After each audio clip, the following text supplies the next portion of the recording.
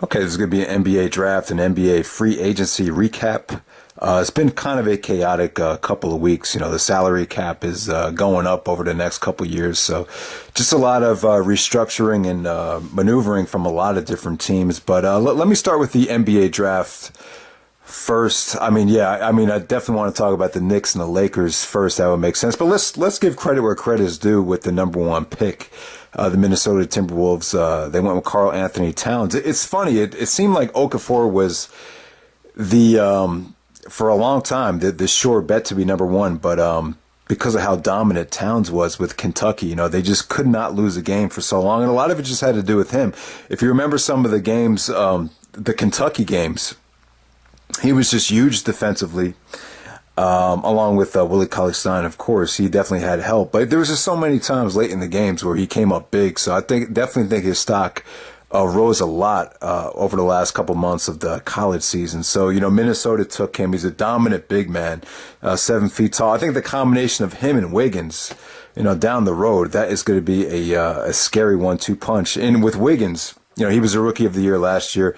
I just think he just has to, it's all about how bad he wants it, because the athleticism is there, the skill set is there. It's just about him getting in the gym and, you know, getting the reps up and just wanting it bad enough. And the sky's the limit for him, because he's got the genes that you could only dream of. I mean, his mother was an Olympic track star and his father was an NBA basketball player. I mean, what better genes can you ask for than that? So Wiggins and Towns, that is going to be a deadly 1-2 punch, probably the next Kobe and Shaq if there ever was one. So look out for the Minnesota Timberwolves. We'll see what happens there with that team. They probably won't make the playoffs, but I would expect them to at least come closer. Definitely. So number two, the number 2 selection was D'Angelo Russell from the Los Angeles Lakers. This was kind of a shock to me. I mean, I heard reports out of the Lakers camp that they weren't going to go with the obvious. You know, the obvious would have been to take Okafor. I mean, how could you pass up on Okafor? But it kind of makes sense, because if you think about the Lakers, they've just had such a tough time with athleticism over the last couple of years. You know, they've needed a point guard desperately for, you know, God knows how long. Even when they were winning championships, they never really had a solidified point guard.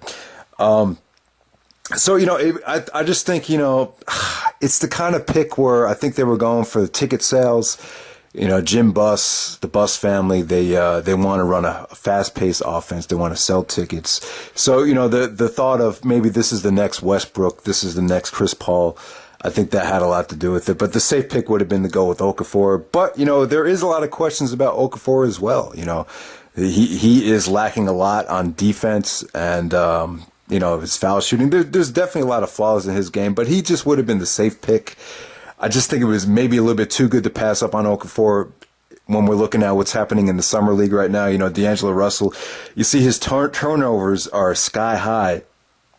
So that's a little bit to be concerned about. But I don't know. I just don't know how, if him and Kobe are going to really gel that well. I mean, I don't know what Kobe thinks about it, but, you know, I think Kobe's probably very disappointed on the offseason. Now, you know, probably one of the reasons why they took Russell was so that they could, you know, attract some big men like LaMarcus Aldridge and, you know, DeAndre Jordan. But I think the thought of them playing with a rookie point guard just wasn't that appealing. And on top of that, it just seemed like the Lakers just, you know, whoever is running their organization, some of the ideas that they actually hired an actor when they were trying to entice LaMarcus Aldridge to sign with the Lakers. So that was just a big no-no. You know, LaMarcus actually criticized the Lakers for not being professional enough in regards to the actual basketball selling points. So, yeah, you know, Philadelphia going with Okafor, definitely the safe pick there. The only problem is they have 3 big men now, Embiid,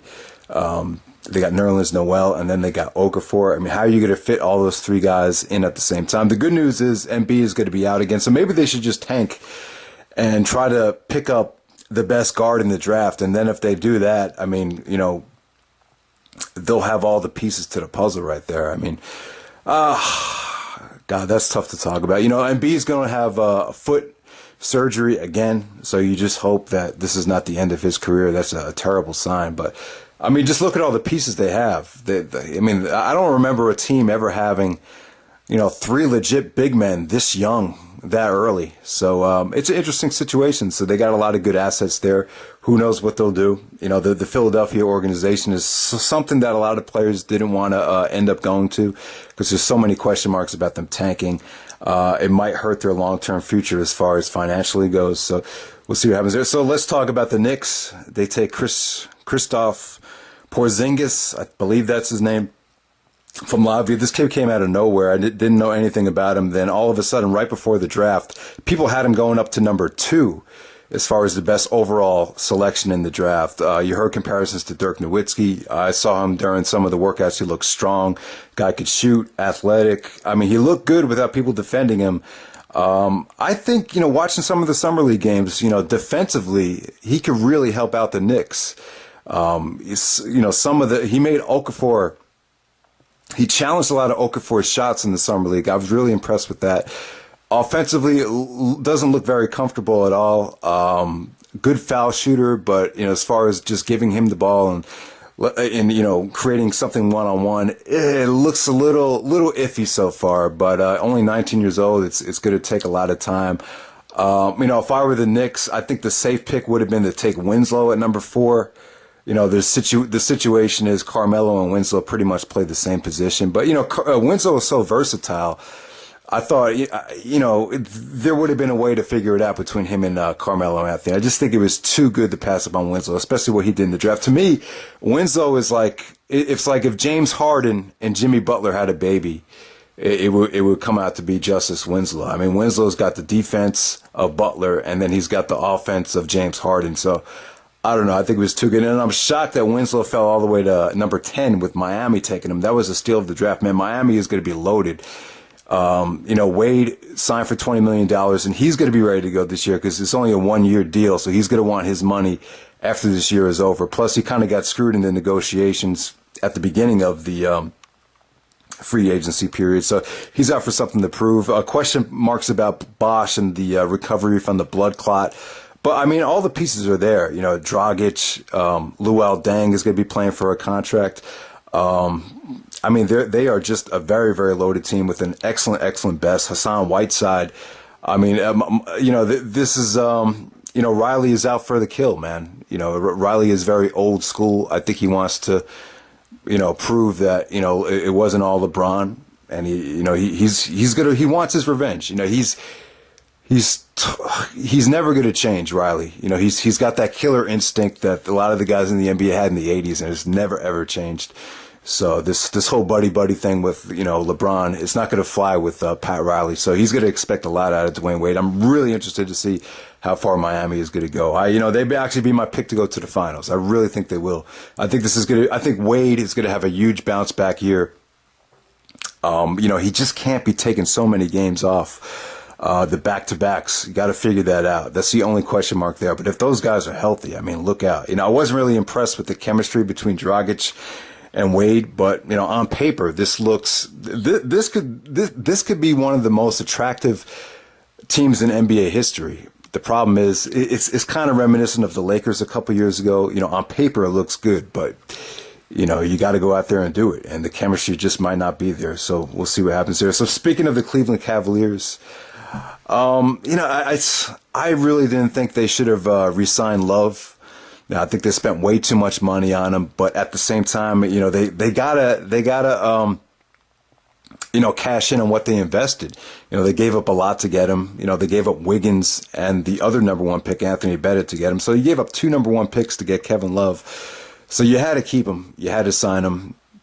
Some would say that the amount of money that they're giving him, $105 million, it's not going to really be that much because considering the cap is going up, so it's not going to affect them that much. But that's a lot to give to someone that did not look very good at all. I just don't think Kevin Love is I just think he's a 3rd or 4th best player on a championship team. I don't think he could be this 1st or 2nd option ever. But Cleveland made the right moves. It'd be interesting to see if they had stayed healthy, how that would have changed that Golden State series. I'm not sure if it would have, to be honest with you, but we'll see what happens there with the coaching situation as well with David Black. I just want to give my opinion about this. I think that would be horseshit if he had gotten fired. That would have really put a bad taste in my mouth. I mean, how many times have you heard, oh man, the only way this guy is going to keep his job is if he gets the team to the finals? You know, you heard that about Mike Woodson. You heard that about so many people. And this guy did it as a rookie head coach. So, you know, there's a lot of debating going on, but I don't care who you are. If you get a team to the NBA finals in your first year, you've definitely been doing something right. You know, not every single call is going to go through you. I mean, it was the same way with Jordan. You know, he took so much heat this playoffs because LeBron nicked some of the calls he made. But how many times did Jordan say, "Fuck that, give me the fucking ball"? Jordan did that back in '89 when he made the shot against Cleveland. That shot wasn't even designed for Jordan. I think it was designed for Brad Sellers. Because I think Doug Collins said they wouldn't be expecting it, so let's go to Brad Sellers. And then Jordan, he took the clipboard and slammed it down. He said, "Just give me the fucking ball."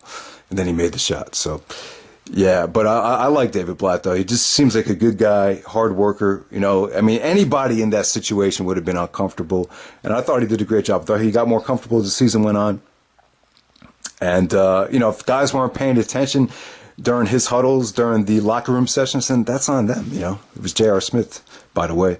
And, yeah, so just the DeAndre Jordan situation, you know, that just can't happen again. You can't have someone commit to a team and then, you know, they let all their other guys, the Dallas Mavericks let everyone else go because they intended on signing DeAndre Jordan. He made a commitment to him, and then they ended up with nothing because he changed his mind at the end. So there needs to be a rule in place where you can avoid that from happening again, because Dallas got fucked on two situations. The Rondo thing, where they gave up so much to get Rondo, and then they gave up, you know, they let Tyson Chandler go so they could get DeAndre Jordan, so they could, you know, create enough money to sign DeAndre Jordan. But, you know, I don't know. I just think DeAndre, I think it was Doc Rivers. I think Doc, Chris Paul, and Blake Griffin, there's too much, too many good memories there. And I think there's too much, you know, the Clippers proved, you know, I really thought the Clippers were going to get to the finals. But, you know, it was just a really bad night.